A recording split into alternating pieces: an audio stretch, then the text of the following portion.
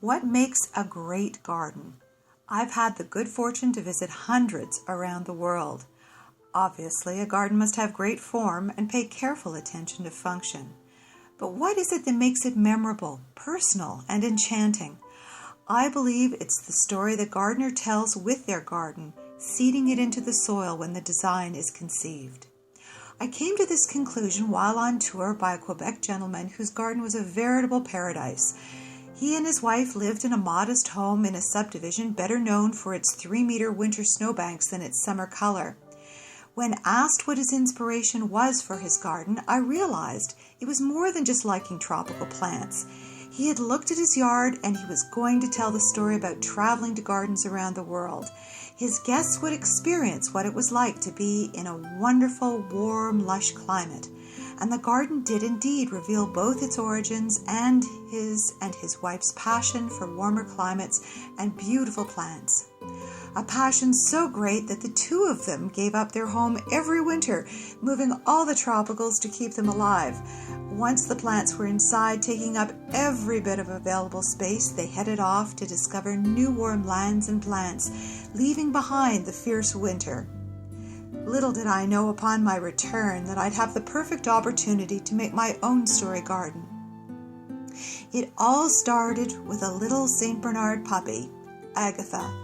She was soft, pretty, and loads of fun, and her favorite spot after her lawn chair was that Japanese maple you can just make out behind her chair.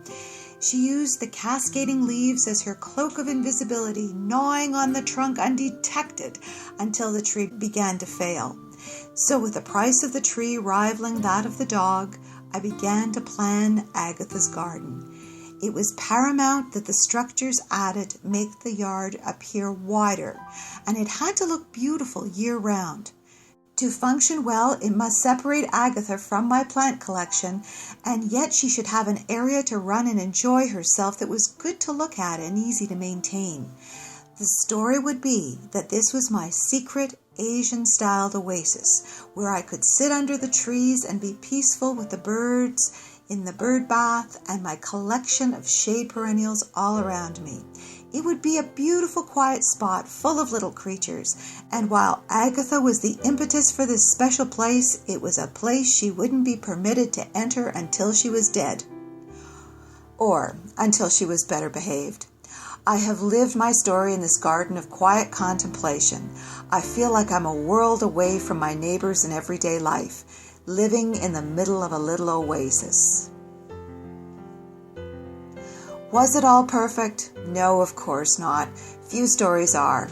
Unlike a book, a garden has no back cover to close and you're done.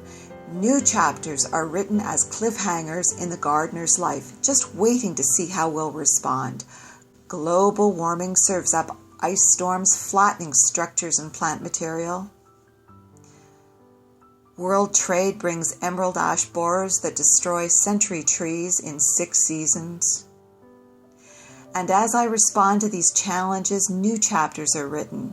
Fences are fixed, plants replaced, and old crowded plants reappear, reminding me why I selected them so many years ago.